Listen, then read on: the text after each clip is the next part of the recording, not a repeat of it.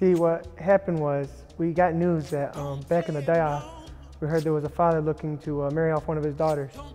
So I jumped on the opportunity as any normal Arabic person would, and I sent my dad over to her dad's house to speak to them.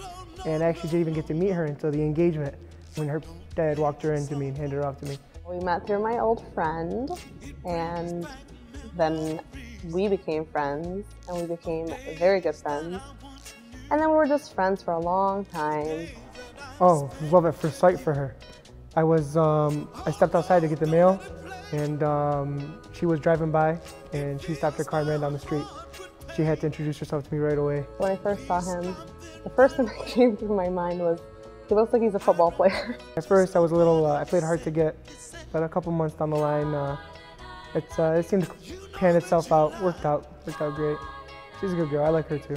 We were just friends for a while before we became attracted to each other a little bit more. It took a while for the love to set in for me, but for her, it was just a spark. The first place we went to alone was on his birthday, I think, in Troy. We went to a restaurant. Oh, first date, well, I was really not even sure if I was gonna show up. I was gonna like stand her up. So I ran a little bit late, trying to see if I can get out of it. He was just nice the whole time. He was just a very sweet guy, like always. Didn't work out too well.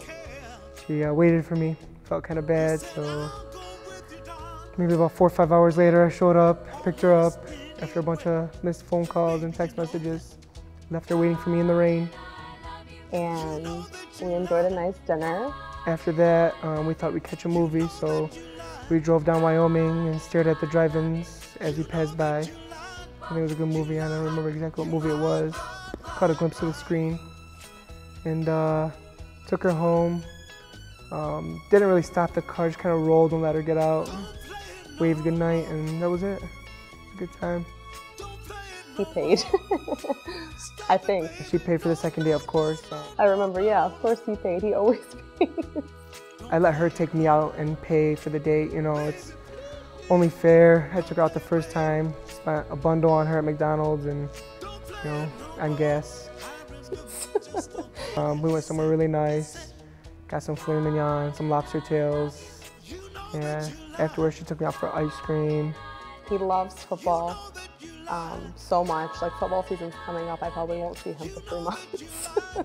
When it comes to sports, she knows less than nothing, but she does know who Muggsy Bogues is. Sometimes I like to watch basketball, sometimes. You know, they say opposites attract, and when it comes to opposites, we are exact opposites.